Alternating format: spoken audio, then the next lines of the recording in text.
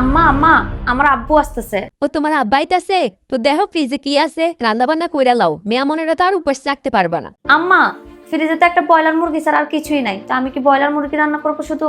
তো ফ্রিজে যা আছে তাই তো রান্না করবা। আম্মা, আমার আব্বা আমার শ্বশুর বাড়িতে অনেকদিন পরে আসতেছে, একটু মাছ মাংসের ব্যবস্থা করবেন না? তো ব্রয়লার মুরগি কি মাংস না, ওইটাই রান্না করো।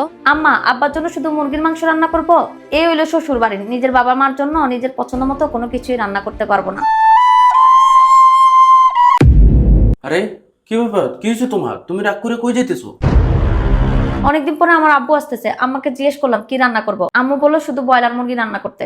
আমার আব্বু আসতেছে এতদিন পরে, আমার আব্বুকে কি আমি ভালো মন্দ কোনো কিছু করে খাওয়াবো না? ও আচ্ছা, এই ব্যাপার। তোমার আব্বা আসতেছে, তুমি আমাকে বলবো না? তুমি আম্মারও বলতে গেলা কেন? কি কি লাগবে তুমি আমাকে বলো, আমি সবকিছু নিয়ে আসতেছি। আচ্ছা আচ্ছা, তুমি তাহলে গরু মাংস নিয়ে আসো, আমি আব্বুর জন্য গরু মাংস কালো বোনা করবো। আমার আব্বু কালো বোনা খেতে অনেক পছন্দ করে। আচ্ছা আচ্ছা, শুধু কি গরুর মাংস আনলে হবে না আরো কিছু লাগবে? তুমি কত সুন্দর করে আমাকে বুঝো, আর তোমার আম্মা তো আমাকে বুঝতেই চায় না, শুধু দোষ ধরে। তুমি তো জানো আমার এরকমই, আর আমি তোমাকে বুঝবো না কেন বলো? আমরা যেরকম মাঝে মধ্যে আমাদের আব্বা আমাকে খুশি করার জন্য এটা সেটা করি, তোমারও তো ইচ্ছে করে যে তোমার আব্বা আমাকে খুশি করার জন্য ভালো মন্দ রান্না করতে। তোমার আব্বা আসলে যে কদিন থাকবে, তোমার যা যা খাবাইতে মন চায় তুমি শুধু আমারে বলবা, আমি সব ব্যবস্থা করে দিই। তুমি কত ভালো। আর শাশুড়ি আম্মা দুনিয়ার কিপটা, এমন একটা সংসার আসলাম শাশুড়িটা আমাকে একটুও বুঝে না।